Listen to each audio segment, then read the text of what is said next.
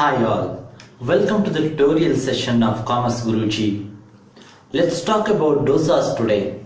There are a variety of dosas available, but we are not talking about the mouth-watering dosas. We are talking about dosa economics.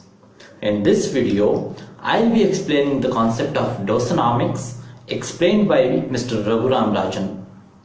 Once, the RBI ex-governor received a letter which requested the banks to increase their interest rate. This is because the pensioner believed that a higher interest rate could help him save better. After all, a higher interest rate may mean costlier loans, but also higher deposit rates. Mr. Rajan explained why dosa prices didn't stop rising even when there was no inflation in the economy at a federal bank event. There is something called Balassa-Samuelson's effect. It is all about existence of high prices even if there is low inflation rate, because those high price sectors have not improved its technology, and dosa is one of those sectors till date. He answered that the main reason is not the cost of ingredients, but the fact is that there has been no innovation in the method of preparation. For donkey's years, we have been making them in the same way and have not made any headway in automating the process. Economics sounds quite complex with the number of jargons and the complicated terms. In such cases, examples can be quite helpful. And using an everyday food item like dosa can be even more easier to understand. Therefore, Raghuram Rajan's speech on dosa economics has caught everyone's fancy. Basically, interest rates are directly proportional with inflation. When inflation rises, the Reserve Bank of India increases its interest rate for lending. This is the rate at which RBI and other banks lends money.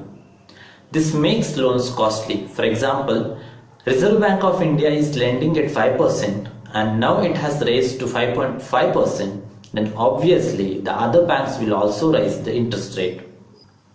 However, such a rise or fall has no effect on the deposit rates too. The interest you get on your bank deposits like savings account, fixed deposits, etc. So, inflation is not only affects how much you spend but also how much you manage to save. Raghuram Rajan explained that even though interest rates are lower, the low inflation rate will still allow the pensioner to save more.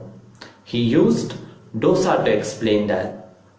Suppose each dosa is priced ₹50 and as a pensioner you have savings worth 1 lakh. So these savings will help you to buy around 2000 dosas. This is your purchasing power. As inflation rises every year, the price of dosa will also increase. So, you will not be able to afford the same number of dosas as earlier. Suppose the dosa price raised by 10%, that is from 50 rupees to 55 rupees, then you can only buy 1818 dosas. You will need 10,010 rupees extra to buy the remaining 182 dosas. This extra money which is required to buy 182 more dosas can come from the interest payment on your savings and deposits.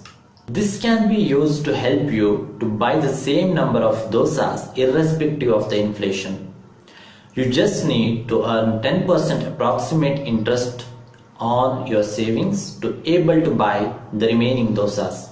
So, the rate of interest you earn on your savings should be higher than the inflation rate. Otherwise, the interest payment may not be sufficient. Today, with the lower inflation rate, the pensioner can afford nearly 48 dosas extra. This is despite a lower interest rate.